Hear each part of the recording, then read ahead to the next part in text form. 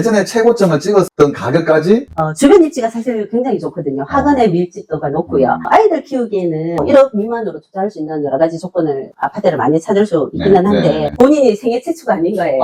예전에 어른들께서, 부모님께서 자기의 명의를 썼다든지, 뭐 그런 경우가 또 발생이 돼서, 사실은 뭐 최적의 시기는 올 하반기부터 내년 상하반기 정도가 아닐까라고 생각을 했었어요. 많이 줄어들고 대출 규제가 많으니까 아마 다른 집보다 좀 쉽게 조금 더 된다는 게 그게 구매의 개념인 것 같아요. 요즘은 지금이 가장 몸으로 느끼는 최악이다. 네, 최악이라는 말씀 많이 하시거든요. 상승할 여지가 있겠죠. 고성동 일대에 관심도가 올라간 이유가, 그리고 이거는 제 개인적인 생각이기 때문에 그렇긴 한데, 이제 우리가 옛날 속담에 쌍개 비슷하기다 우스갯소리로 수성구 다음으로 뜨는 동네가 심산동이다 그런 얘기도 했었거든요. 이게 왜 유령 건물이 되었고 있어서 지나가게 되면 누구나 보는 유령 건물이라서, 교통이 좋아지면 그게 호재일 수도 있지만 그거는 아주 좋은 조건이라고 생각하고요.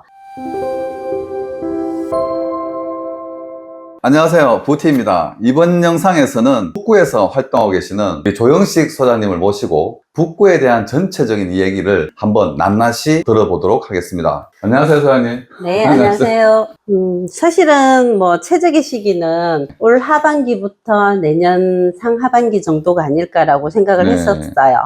근데 이제 2024년 하반기는 지금 가격 상승의 조짐이 좀 보이면서 정부에서 부동산 규제도 하고, 그 다음에 대출에 대한 규제를 많이 하기 때문에 지금은 무주택이 아닌 분이 투자를 하시기에는 좀 무리가 있게 되었어요. 그래서 요 시기가 좀 지나고 나면 내년에는 어차피 상반기 정도 되면 대출이 좀 보고 생각을 하고요. 금리에서도 조금 유리한 면이 생길 거라고 생각을 해서 내년이 최적기가 아닐까라고 생각을 하는데, 최근에 보니까 이제 부동산 관련 전문가들에게 설문조사를 하셨는데 그 한 80% 정도가 아직은 부정적인 부동산 시장에 대해서 부정적인 견해를 보이셨어요. 그 이유가 미분양 물량이 좀 많고 공급이 많이 줄어들고 대출 규제가 많으니까 아마 좀 당분간은 좋지 않을 거라고 조심스럽게 예상을 해 놓으셨더라고요. 그런데 이제 그게 내년이 되면은 미분양이 좀 해소가 될 거고, 대출이 조금 어느 정도는 풀리고 금리도 적용을 좀 받게 될 것 같고요. 그렇게 되면은 아무래도 이제 공급이 없으면 수요에 대해서 가격이 오를 수밖에 없는 상황이 안 될까 싶어서, 또 중요한 거는 또 부동산 건축에 대한 그 비용이 많이 증가가 돼 있으니까 그걸 또 무시 못 하잖아요. 그래서 분양가 자체가 이제 조금 오를 수밖에 없게 되면 아무래도 대구 부동산 시장이 입주가 어느 정도 정리가 되고, 그 다음에 입주할 물량이 없어지게 되면 가격은 아무래도 영향을 좀 받지 않을까 생각합니다.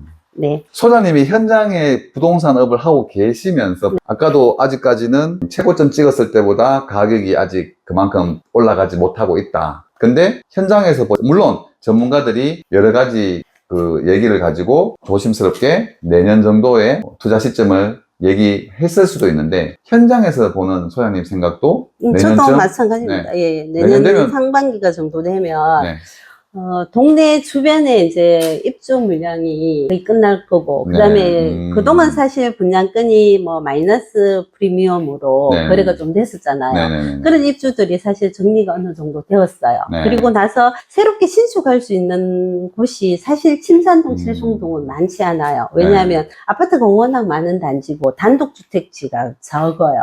그래서 지금 뭐 칠송동 몇 군데가 지금 재건축을 해서 분양을 뭐 진행하고 있는 곳이 있지만, 그런 곳을 빼고 나면 새롭게 분양할 수 있는 곳이 없다 이렇게 보면 아무래도 이제 그 이동이 다 끝난 시점이 되면 가격이라는 게 오르지 않을까 생각이 들고요. 제가 이제 조금 다른 얘기지만 우리가 흔히 금매라는 물건을 찾잖아요. 근데 금매가 예전에는 시세보다 뭐 몇천 사면은 금매다 이러지만 요즘은 그런 사실 그런 건 없고요. 우리가 조금 금매라고 인식할 수 있는 부분은 매도하시는 분 상황이 이걸 빨리 팔고 다른 데로 안 팔리게 되면 가격 조정이 다른 집보다 좀 쉽게 조금 더 된다는 게 그게 금매의 개념인 것 같아요. 요즘은 주변의 상황이 뭐 안정적으로 변하게 되면 네. 가격 역시 뭐 급하게 팔아야 할 네, 이유가 없어지게 그렇죠. 된다면 가격이 그렇게 조정이 안 될 거라면 그 이후부터는 아무래도 굳이 안 팔아도 되시는 분들은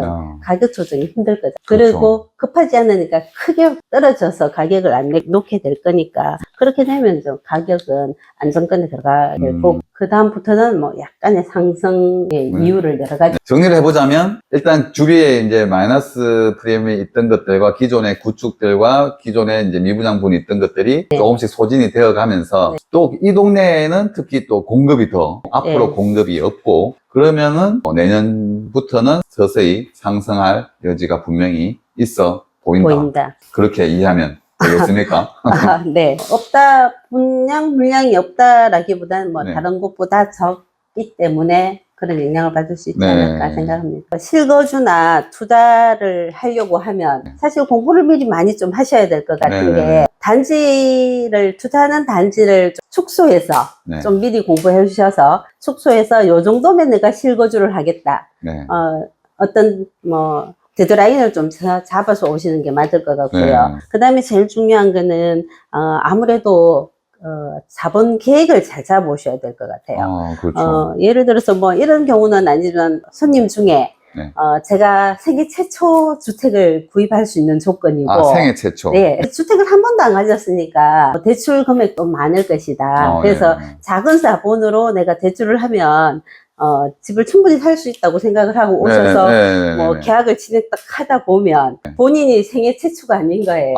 예전에 어른들께서 부모님께서 자기의 명의를 썼다든지 뭐 그런 경우가 또 발생이 돼서 생애 최초가 안 되면 또 대출 한도 얘기 그러니까. 그렇죠. 많이 줄죠. 네. 계약을 해놓고 나서 그런 경우가 딱 생겨버리면 굉장히 곤란한 경우가 생기거든요. 그래서 좀 애먹은 경우도 사실 있었고요. 그래서 이제 본인들이 근데 부동산 소장님들께서 꼬치꼬치 그걸 다 물을 수는 없어요. 본인이 저는 생애 최초고요. 대출이 80%까지 나와요라고 얘기하시면 우리가 그 얘기에 근거를 해서 계약을 진행해 줄 수밖에 없는 상태라서 좋은 물건을 가장 알맞게 잘 살 수 있는 집을 저희들이 이제 찾아드리는 거지. 이런 조건까지 구체적으로 해드릴 수가 없는 부분이라서 요거는 미리 이제 본인들이 좀 확인하시고 무조건 체크해야 되죠. 네. 그리고 이제 자본 계획을 좀 해서 무리한 대출을 받아서 하시는 것보다는 좀 적정한 선에서 대출을 받으셔서 뭐 장기 상환 계획을 좀 세우셔서 집을 구매하시는 게 가장 현명한 방법이 아닐까 그렇게 생각을 합니다. 작은 계획을 잘 세워서 그리고 부모님한테도 물어봐야겠네요. 이때까지 내가 집에 산 적이 있냐 없냐 맞죠? 물어보고 작은 계획도 잘 세워가지고 요즘은 뭐 부모님께 안 여쭤봐도 저한테 집이 있었던 건지 없었던 건지는 확인할 수 있는 방법이 있으니까. 청약홈 들어가면 네, 청약홈에 보면은 자기가 가지고 있었던 주택에 대한 매매 현황을 다 알 수 있더라고요. 그런 거 활용하시면 뭐 미리 확인이 됩니다. 저도 최근에 이제 청약할 일이 있어서 청약홈에 들어가니까 이때까지 어떤 걸 당첨받았고 어떤 분양권을 사서 언제 팔았고 이런 내용들이 쭉 다 나와 있더라고요. 와, 그래서 깜짝 놀랐습니다. 이때까지 분양받은 거, 팔았는 거 다 나와 있더라고요. 요즘은 그런 게 너무 잘 돼 있어서 활용을 잘 해보시면 도움이 되실 것 같습니다. 지금 분위기도 체감적으로 느끼는 거는 그때 못지않다 이렇게 되죠. 어렵죠. 특히 대구 같은 경우는 입주 물량이 많이 쌓여 있는 편이고요. 또 그래서 프리미엄도 마이너스로 거래가 많이 되었었고 그렇지만 프리미엄이 마이너스라고 해서 거래가 잘 되었던 건 아니거든요. 그래서 뭐 그런 여러 가지 요인도 있고 또 부동산 규제도 지금 많이 하고 있는 편이고 또 대출도 잘 안 되는 상황이니까 그런 걸로 해서도 그렇고요. 그 다음에 이제 뭐 부동산하고 조금 다른 얘기지만 어쨌든 간에 주변에 장사하고 계시는 뭐 여러분들께서 지금이 가장 몸으로 느끼는 최악이다. 게 최악이라는 말씀 많이 하시거든요. 저희들도 그 정말 유명한 식당에 가도 예전에는 뭐 밖에서 기다렸다가 들어가고 이런 경우가 있었지만 지금은 텅텅 아무 때나 원하는 데 들어갈 수 있을 정도로 비어있고 그 다음에 다니시다 보면 임대가 정말 많이 돼요. 상가 같은 경우는 그래서 상가 공실이 많다는 거는 그래도 이게 경기의 지표나 마찬가지라서 맞습니다. 지금 여러 가지 이유로 인해서 네. 때나 IMF에 비해서 뭐 지금이 더 낫다 이렇게 말씀드릴 수 없는 분위기인 것 같습니다. 분위기가 안 좋다. 네. 2008년도 분위기와 비슷한 분위기는 맞고 네. 어쨌거나 근데 리먼 브라더스 사태 때도 리먼 사태 때가 다 치유가 돼가지고 회복되었고 지금 분위기도 물론 그때와 비슷하긴 하지만 언젠가는 또 다시 치유되고 상승할 여지가 있겠죠. 네네네. 그리고 그게 분위기가, 시기적 차이의 문제 아닐까요? 네. 시기적으로. 네. 시기가 조금 지나가면 치유될 수 있을 것이다. 네. 그리고 아까 상가 얘기도 사실 예전 같으면은 횡단보도 앞에 점포가 있으면은 네. 프리미엄 권리금을 받고 팔고 하던 그런 점포들이 네. 지금은 빈 점포로 그냥 이렇게 막 나오는 경우가 굉장히 많더라고요. 맞습니다. 그래서 경제 분위기를 좀 어느 정도 가능할 수 있지 않나 생각이 듭니다. 제 생각도. 칠곡의 상권이 요즘 많이 악화되었다는데 현지 상황과 분위기 또 앞으로는 어떻게 될런지요? 원래 칠곡은 갇힌 지역이라고 저희들이 생각하잖아요. 네. 팔달교를 중심으로 해서 거기를 진입하면 이제 그때부터 칠곡인데 네. 지금 대구 보건전문대 예전에 학교의 주변에 원룸 공실도 좀 많고요. 네. 그다음에 상가에 대한 공실도 많이 생겼더라고요. 그다음에 신규 아파트 입주 세대가 많은데도 불구하고 네. 가격도 그렇게 이제 많이 치고 올라가지는 못하고 있는 상황인 것 같더라고요. 네. 그런 쪽에 지금 왜 그 상권이 약화되었냐는 걸 생각해 보면 아무래도 이제 교통이 좋아지면 그게 호재일 수도 있지만 상권을 이용하는 인구들이 바깥으로 유출될 수 있는 조건이 될 수도 있어서 예를 들면 예전에 서문시장을 칠곡에서 가려면 버스를 타고 가려면 굉장히 멀기도 하고 힘들었거든요. 근데 지금은 3호선만 타면 바로 서문시장 앞에 하차할 수 있고 주변의 여건에 여러 가지 볼일을 다 볼 수 있는 상태가 되니까 아무래도 교통이 이제 발달이 되면 상권에 대한 인구 유출은 좀 되지 않을까. 그런 것 때문에 조금 갇혀있던 상권이 약화될 수밖에 없지 않을까 생각은 하고 있고요. 그렇지만 뭐 점차적으로 또 어느 시기가 지나면 안쪽에 정주하고 있는 세대들이 또 안쪽에서 많은 소비 활동을 하게 되게 되면 또 좋아지리라고 생각이 듭니다. 네. 일단 그러니까 이제 칠곡 쪽 상권이 조금 많이 약화되었는데 이제 교통이 3호선이 뚫리면서 그 유동인구들이 시내로 좀 유입된 부분도 있고 또 아까 좀 전에 우리 대구 전체적인 경제 얘기지만은 경기 얘기지만 어딜 가도 또 요즘 경기가 안 좋아서 많은 점포들 공실률도 높기 때문에 칠곡도 예외가 전반적으로 그렇게 예외가 될 수는 없겠죠. 그렇지만 뭐 장기적으로 봤으나 희망적으로 생각합니다. 앞으로도 좋아질 것이다. 앞으로 사실은 북구에 대해서 좀 설명을 드리자면 북구가 많이 넓고 그리고 이제 근역이 조금 구분이 돼 있어요. 우리가 흔히 말하는 칠곡 쪽에도 북구고 복현동 경대에 있는 상격동 쪽도 북구고 그 다음에 고성동 있는 쪽도 북구면서 고성동도 칠성동, 침산동과 어우러져 있기 때문에 생각보다 좀 근역이 나눠지면서 북구가 좀 넓어요. 공공단지가 많이 모여 있는 쪽이라고 그러면 아무래도 침산동이랑 칠성동이 많이 중심이 되어 있기 때문에 옛날부터. 그래서 이제 보통 북구라 하면 상격동, 침산동, 칠성동 정도 이렇게 북구로 이렇게 많이 중심지로 이렇게 생각하시면 될 것 같아요. 맞습니다.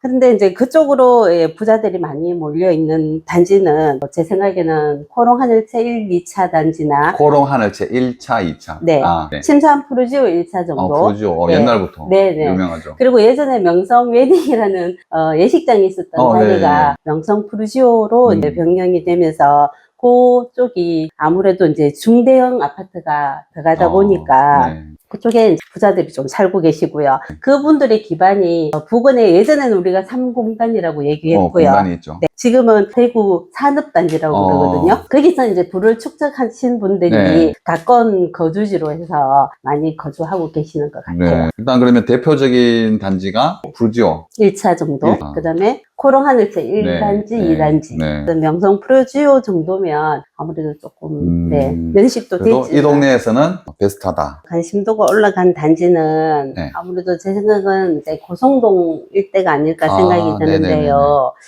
이 고성동 일대에 관심도가 올라간 이유가 지금 대구 강력철도 개통이 네. 이제 되면서 원대역 신설이 이제 되면서 네. 최근에 입주했는 고성동 쪽에 이제 신축 아파트들이 네, 네. 아무래도 조금 호재를 네. 맞게 된 것 같고요. 네. 그리고 이 강력철도가 사실은 경산에서 구미까지 네, 네, 움직이는 네, 네. 건데 그 사이에 누역이나 동대구역 쓰겠지만 그 없던 원대역이 하나 신설이 되게 네. 되면 네, 네. 아무래도 주변 단지에 여러 가지 영향을 그렇죠. 많이 끼치게 될 것 같고요. 지금 계획으로는 원대역이 그 3호선, 네. 지하철 3호선역하고 연계해서 이제 같이 움직일 수 있도록 이제 할 계획이라고 들리더라고요. 네. 그런 게 있으면 아무래도, 좀 영향을 많이 받지 않을까. 그래서 동네 발전에 굉장히 네. 영향을 끼치겠죠. 사실은 고성동 쪽에 입주했던 아파트들의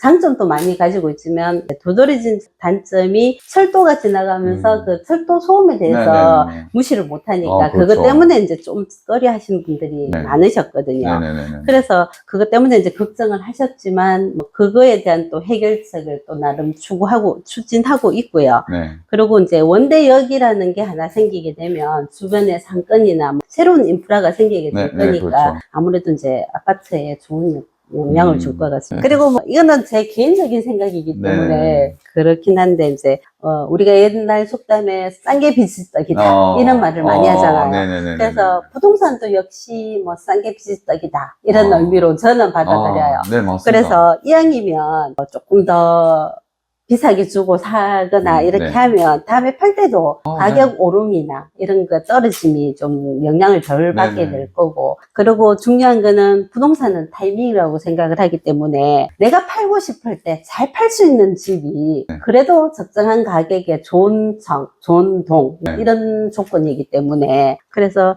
너무 싼 거는 본인의 특성에 맞게 싸게 싸서 편하게 사시다가 싸게 팔고 가신다는 마음이 괜찮으신데 그런 게 아니라면 사실 그런 부분에 대해서는 제가 팔고 싶을 때 잘 팔리는 집을 사는 게 네. 가장 좋은 방법이 아닌가 맞습니다. 그렇게 생각해서 뭐 특별하게 다르게 조심할 그런 것보다는 그렇게 좀 싼 게 비지떡일 수 있으니 네. 이왕이면 조금 네. 좀 추천드린다. 워낙 내가 팔고 싶을 때 잘 팔리는 집의 내가 팔고 싶을 때. 조건이 가격 오른 것도 다른 집보다 빨리 올 거고요. 떨어질 때도 다른 집보다 덜 떨어질 조건을 가지고 있으니까 그게 좋지 않을까 이렇게 생각합니다. 우리가 아파트 얘기를 또 많이 하고 있지만 아파트 말고도 이 부동산이라는 건 가격이 싸서 좋은 게 아니고 일단 그 외에도 입지라든가 위치를 봐야 되고 이런 것들이 중요하거든요, 사실. 그런 부분들이 좀 잘 정리를 해서 사는데도 그런 것들을 중점적으로 봐야겠다. 북구에서 어떤 알면 좋은 정보가 있을까요? 뭐 특별한 정보는 없고요. 북구 같은 경우는 사실 지하철하고는 좀 거리가 있어서 다른 분들이 오실 때 지하철 역세권이 아니라는 개념 때문에 좀 꺼려 하시기는 하지만 지하철이 조금 멀게 이용할 수 있다는 조건이지 그게 뭐 마이너스 조건은 아니거든요. 그걸 빼고 나면 뭐 학원의 밀집도, 상권, 그 다음에 뭐 창조경제단지 같은 경우도 뭐 거기가 공원 개념으로 또 먹거리 식당 개념으로 또 뭐 이렇게 많이 활용이 되고 있고요.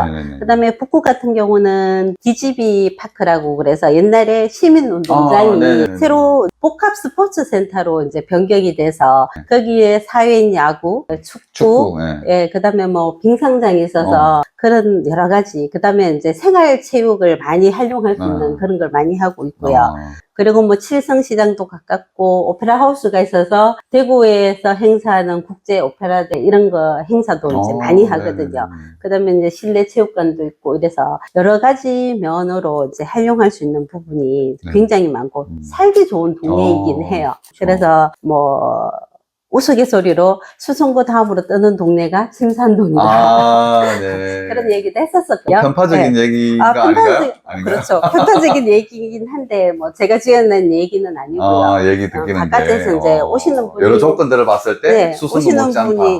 그렇게 얘기하시니까 뭐 학원 아무래도 이제 젊으신 분들이 많이 사시면 학교나 학원이 중요하거든요. 그렇죠. 그런 것 때문에 아마 그런 얘기도 또 나오지 않았을까 이렇게 생각합니다. 네네. 근데 소장님 계신 동네를 위주로 말씀을 주셨는지는 네. 모르겠는데, 일단 네. 그 교통망에 있어가지고는 지금 북구가 지금 3호선도 지나가고, 그리고 광역철도도 곧 이제 생기고, 네. 또 엑스코선 4호선이 지금 개통을 하려고 예, 준비하고 네. 있지 않습니까? 네. 뭐 이런 지하철 부분도 굉장히 북구가 뭐 없다고 없는 할 수 없죠. 예, 네. 그래서 제가 조금 먼 조금 멀다. 네. 소장님 계신 곳하고 조금 아니요, 멀다. 이제 침산동이나 칠성동을 간통하는 건 아니고 고성동을 거쳐서 이렇게 멀리 가는 거니까 그렇게 말씀드린 거고요. 메인 예, 상권이나 이걸 메인에 봤을 들어오는 때, 건 네, 입니다. 그래서 저는 이제 지하철에 대한 뭐 아쉬움이 없지만 네네. 가끔씩 매수를 하러 외부에서 들어오시는 분들은 그 말씀을 꼭 하시더라고요. 지하철이 너무 멀다. 조금 아쉽다. 예. 그렇지만 이제 워낙 버스가 잘 돼 있어요. 연계해서 네네. 한두 코스만 타고 가면 3호선도 그렇죠. 이용할 수 있고 그렇죠. 1호선도 이용할 수 있기 때문에 그게 큰 문제는 안 될 것 같은데 외부에서는 또 그런 생각을 가지고 계시기도 하더라고요. 네, 예. 그렇습니다. 뭐든지 조금씩 아쉬울 수는 있는 거죠. 그걸 극복하면 다른 거는 뭐 주거 환경이 굉장히 좋다 이렇게 말씀드릴 수 있어요. 다른 동네들을 저희가 이렇게 인터뷰를 해보면 예전에 최고점을 찍었던 가격까지 회복했는 단지들이 꽤 있거든요. 그러면 이게 북구도 24년 하반기 되어서 이런 변화된 현장 분위기가 있는지 궁금합니다. 북구는 아직 그 정도까지는 못 갔고요. 지금 조금 올라오고 있는 상태에서 지금 주춤하는 정도인데 사실 뭐 한 단지를 예를 들자면 심산 화성파크 드림 같은 경우 이제 84B에 조망이 나오는 단지는 저희들이 최고가가 7억 정도까지 7억. 찍었었어요. 근데 지금 최근에 올라온 가격은 한 5억 7천대 정도 실거래 신고 올라오고 최근에 이제 거래된 게 한 5억 3,500 정도가 제일 좋은 라인에 좋은 층이 거래가 됐기 때문에 아직은 예전 가격으로 가기는 좀 시간이 걸리지 않을까 생각합니다. 그러면 다른 지역은 모르겠지만 어쨌거나 북구로 봤을 때는 예전에 최고점 찍었던 그 가격보다는 아직 많이 못 미치고 있다. 그렇게 해도 되겠습니까? 네. 그러면 예전 가격보다 가장 많이 떨어진 곳에서 가장 저평가되었다고 생각하는 단지가 지금 방금 예를 드렸던 침산 화성파크 드림이 그런 경우가 아닌가 생각이 되는데요.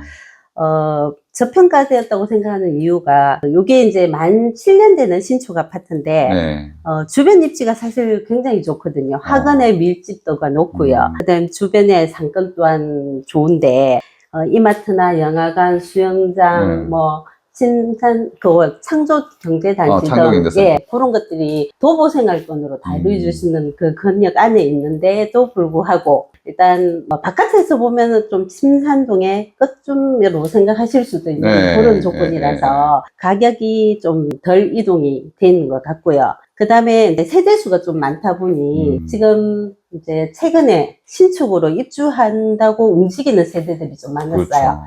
그래서 그런 영향을 받아서 아직은 좀 많이 가격이 떨어져 있는 상태가 아닌가. 저평가되어 있다. 침산 화성파크 드림 정도. 예전 가격보다는 아직까지 지금 매수를 해도 충분히 예전 최고점 찍었는데 그 최고점 찍었는 금액에 비하면 아직까지 충분히 상승의 여지가 있다.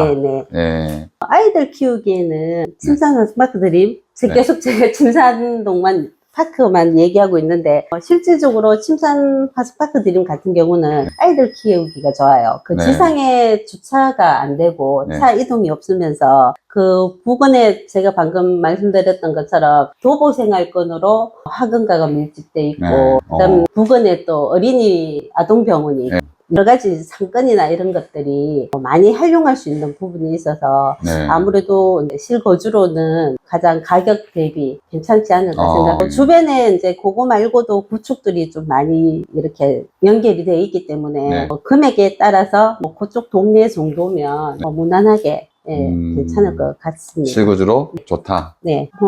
사실은 찾아보면 여러 군데가 있긴 있어요. 이게 구축이기 때문에 저희들이 이제 단순하게 말하면 매매 가격과 전세 가격의 차이가 작은 경우면 1억 미만으로 투자할 수 있는 여러 가지 조건을 아파트를 많이 찾을 수 있기는 한데 그게 어느 아파트가 그렇다 이렇게 말씀드리기보다는 투자 대비해서 할 수 있는 조건이 지금은 대출이 잘 안 되는 부분이 있고요. 그 다음에 가격이 많이 떨어져 있는데 전세 가격하고의 갭 차이가 나중에 상당히 메꿔질 수도 있는 네. 시기가 온다 하면 뭐 그거에 대한 투자에 대한 부담이 좀 생기지 않을까 싶은 생각이 들어서 저는 특별하게 딱 여기가 괜찮다라고 권해드리기가 망설여집니다. 네. 예. 그래서 방금 말씀하셨듯이 네. 나중에 가가지고 이거 대출 내가지고 투자하는 건 좋은데 감당을 못 할 수 있으니 네. 이게 사실 예전에는 갭 투자 해가지고 굉장히 바람이 불어서 갭 투자를 많이 했는데 전세를 끼고 투자를 하다 보니 네. 나중에 전세금을 돌려줄 때는 굉장히 곤란한 상황을 많이 겪어서 그래서 이런 갭 투자나 소액으로 투자하기에는 좀 부담스럽긴 하죠, 사실. 네, 투자하기에는.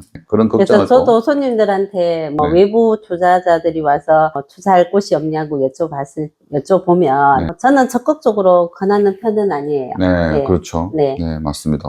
올바른, 어떻게 보면 갭 투자라는 건 전세를 네. 끼고 투자한다는 건 어떻게 보면 올바르지 않은 투자의 방법일 수도 있겠죠. 그렇겠죠. 전세금을 내줘야 되는데 세입자는 그 전세금을 받아가지고 이사를 나가야 되는데 정작 집주인은 전세 놓고 나가라. 뭐 임대 나가면 보증금 돌려줄게. 네, 뭐 네. 이렇게 얘기하면 사실 세입자들 입장에서는 상당히 곤란하고 피눈물이 나는 상황입니다. 사실. 네, 네. 관광객들이 많이 찾죠? 네, 네. 많이 찾고 계시고 하중도에 새로 이제 다리도 하나 놓여 있어요. 네네네. 밤에 지나가게 되시면 야간 조명으로 해서 굉장히 이쁘기가 있어요. 네. 그리고 이제 주차 시설이 좀 부족했던 거 그거 단점으로 보완을 해서 그렇죠.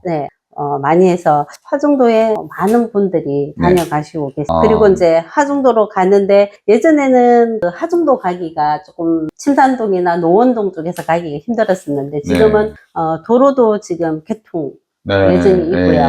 네. 그 다음에 이제 신천대로 바로 들어갈 수 있죠. 네, 바로 들어갈 수 들어갔더라고요. 있는 도로를 또 종합유통단지도 이제 상격동에 있는데 엑스코선이 생기게 되면 종합유통단지도 어차피 이제 지나가게 되니까 그렇죠. 아무래도 이제 지금은 조금 멀다는 느낌 이렇게 들지만 뭐 엑스코선이 생기게 되면 여기도 좀 더 활성화되지 않을까 하는 생각을 맞습니다. 네. 2030년 완공 목표로 네, 2030년이죠. 지금 진행된다고 하시던데 뭐 아무래도 이제 들어오면은 북구 쪽은 아무래도 많이 좋아지지 않을까 이렇게 생각하고 있습니다. 편리해지겠죠, 당연히. 그렇죠. 그리고 부동산 호재 중에 제일 큰 요건이 교통이 편리함 아니겠어요? 그렇죠. 그래서 엑스콘선이 지나가게 되면 아무래도 교통 여건이 좀 소외됐던 그 동네에 아무래도 혜택을 좀 보지 않을까 이렇게 생각이 들어요. 그리고 이 북구에는 또 항상 북구를 다니시는 분들은 이렇게 얘기를 하시는 게 포켄스카이라는 꽤 이런 건물이 있는데 짓다가 서 있는 유령 건물이 된 이게 왜 유령 건물이 되었고 그 다음에 이제 현재 진행 상황이 어떤지 좀 궁금해하는 분들이 많이 계시거든요. 네네. 복현 스카이가 사실 복현 오거리 탁 코너에 있어서 지나가게 되면 누구나 보는 유령 건물이라서 저 건물이 왜 저렇게 했을까, 방치되어 있을까를 많이 생각하셨을 거예요. 근데 사실 복현 스카이는 이게 1989년에 건축 허가를 받았더라고요. 1989년도? 네. 한 30년 이상 이게 이제 방치되어 있어서 대구로서는 좀 부담이 되는 건물이기도 한데요. 이게 그때 건축 허가를 받고 1999년도에 시공사와 시행사하고의 법적 문제가 생겼더라고요. 그래서 이제 진행이 안 되고 있다가 유치권 문제도 있고 여러 가지 이제 처음에 분양받았던 분양자들의 문제도 있고 이래서 이제 진행이 안 되고 있다가 2014년 정도에 법원에서 매각 결정 허가가 떨어져서 새로운 시행사에서 이 건물을 미준공 상태에서 받았어요. 그래서 이게 이제 받았으니까 잘 될 거잖아요. 한참 공사하더라고요. 네, 그래서 이제 받으면서 그때 주택기금공사 자금 대출도 좀 받고 이렇게 해서 2015년에 시공사가 선정이 되어서 새로 이제 짓기로 하면서 북구청하고 연계를 해서 도시재생사업으로 같이 좀 빠르게 진행을 해보자 이렇게 했었는데 이게 진행이 되다가 문제가 된 게 예전에 있었던 유치권에 대해서 이제 이게 미고지 상태였나 봐요, 허그에. 그래서 그게 미고지가 되어 있었고, 또 이걸로 인해서 부동산 담보 가치가 좀 훼손이 됐나 봐요. 네네. 그리고 이런 문제가 생겼을 때 시행사나 시공사에서 문제 해결을 해야 되는데 네. 이게 해결하는 능력이 좀 미흡해서 여러 가지 조건으로 인해서 이제 다시 사업을 진행할 수 없게 됐나 봐요. 그래서 북구청 같은 입장에서는 이걸 빨리 어떻게든 정리를 해서 해결을 해야 한다고 생각을 하는데 여러 가지 문제로 인해서 지금 다시 답보 상태에 빠져 있는 걸로 알고 있습니다. 당분간은 또 진행이 어려울 수도 있겠네요. 저도 개인적으로는 저게 가까이 경북대학교가 있으니까 경북대학교에서 뭐 어떻게 좀 정리를 해서 거기 기숙사로 활용해도 굉장히 좋을 것 같다 이런 생각이 드는데 이게 이제 쉽지 않는 문제라서 아마 그거는 당분간은 계속 답보 상태로 있을 것 같은 예상입니다. 최근에 뭐 민간 임대 아파트에서 보증금도 좀 싸게, 월세도 좀 싸게 이렇게 분양을 하고 있는 소식을 접했거든요. 그거는 아주 좋은 조건이라고 생각하고요.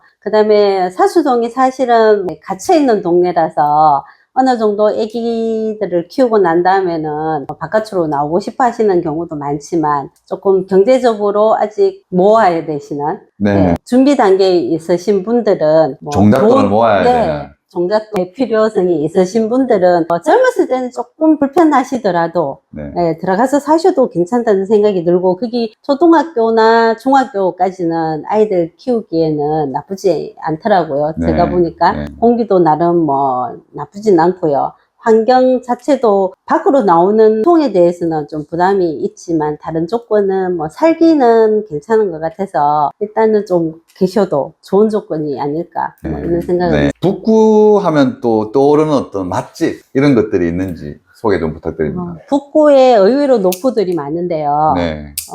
노원동에 북구청 맞은편에 있는 노원동에 보면 잔치국수집이 유명한 몇 군데가 있어요. 가격도 저렴하면서 맛도 괜찮더라고요. 거기서 노포집으로 유명하게 외부에서도 많이 오시고 계시고 그리고 이제 그 할매 콩국수집이 있어서 할매 콩국수집도 예전부터 유명하더라고요. 거기도 이전은 했어요. 몇 년 전에 이제 좀 뽀대난 건물을 지으셔서 새로 이전하셨고요. 그 다음에 거기서도 여전히 그 맛을 유지하시면서 많은 손님들을 맞이하고 있습니다. 그리고 또 북구청 건너편 쪽에 노포들이 많은데 송림 동태탕 거기도 이제 많은 분들이 이용하고 계시고요. 가격이나 뭐 양도 많더라고요. 막창집도 거기도 이제 북구청 건너편에 막창집이 있는데 거기도 뭐 줄 서서 계시고 거기에 요즘 대적해서 또 원대 오거리 부근에 산앤찬이라고 막창집이 새로 하나 생겨갖고 거기도 이제 줄을 서서 대기줄이 있는 그런 맛있는 집으로 지금 등극하고 있어요. 저는 이제 또 개인적으로 침산동에 그 삼익 아파트 부근에 보면은 그 들깨탕 칼국수랑 바지락 칼국수 집이 있는데요. 시골집이라고 있거든요. 상호가 정확한지 모르겠는데 그 집이 또 의외로 맛있었고 그 다음에 많은 사람들이 또 이용하고 있어요. 저도 또 그 외에도 또 조금 생각나는 게 찜집이 있죠. 찜집인가요? 찜집 있죠. 찜집은 달성초등학교 그 건너편 안목에 제비원이라고 있는데요. 이 무침회가 매운 무침회로 정말 유명하고요. 저는 매워서 너무 매워. 저도 뭐 보통 맛으로 시켜 먹었는데 매워서 혼났었어요. 매운 거 좋아하시는 분들은 좋아하시겠어요. 강추고요. 매운 것도 싫어하시면 거기가 또 가오리 찜으로 또 유명해요. 양도 푸짐하게 많이 주시고 해서 뭐 고기 또 이용하시면 좋을 것 같고요. 뭐 의외로 칠곡에 또 맛있는 맛집이 많아서 곤지곤지 고기라고 보리밥 비빔밥 집이니까 고기도 이용하시면 좋고 그 다음에 삼성 창조경제단지에도 가시면 주차도 편하시고 그리고 주변에 거기 식당들이 많이 밀려 있어서 의외로 맛집이 많습니다. 저는 침산 화성파크들이 상가에 입주하고 있는 LBA 파크 부동산 지금 운영하고 있고요. 제가 그 입주 때부터 있어서 만 7년 전자리에서 벌써 그렇게 됐나요? 잘 지키고 있습니다. 그리고 이제 바로 단지 옆에 더샵 프리미엘이라고 12월 말에 입주하는 신축 아파트가 있어서 조만간 그쪽 상가로 제가 이전할 계획이고요. 그렇게 되면 침산 화성파크 드림과 더샵 프리미엄, 그 다음에 그 건너에 있는 뭐 옥석이나 네. 건능 아파트 등에 대해서 좀 집중해서 여러분은 중개를 잘 해드릴 수 있을 것 같아요. 그래서 뭐 많이 찾아주시면 제 집을 정말 성심성의껏 제가 찾는 것처럼 여러분에게도 그렇게 열심히 중개해드리도록 노력하겠습니다. 많이 찾아주세요. 경험도 많으시고 또 경매 쪽도 많이 예전에 많이 활동을 하셨죠. 네, 많이 지금은 했습니다. 은둔 카페. 고수처럼 이제 침산동에 자리 잡으셨는데 네. 하여튼 많은 도움을 받을 수 있으실 겁니다. 앞으로 많이 좀 찾아주시고요. 오늘은 그러면 북구에 대한 모든 이야기를 들어봤는데 여기서 마무리하도록 하겠습니다. 네, 고생하셨습니다, 선생님. 감사합니다. 네, 여기서 그러면 이번 영상은 여기서 마치도록 하겠습니다. 부티였습니다. 감사합니다.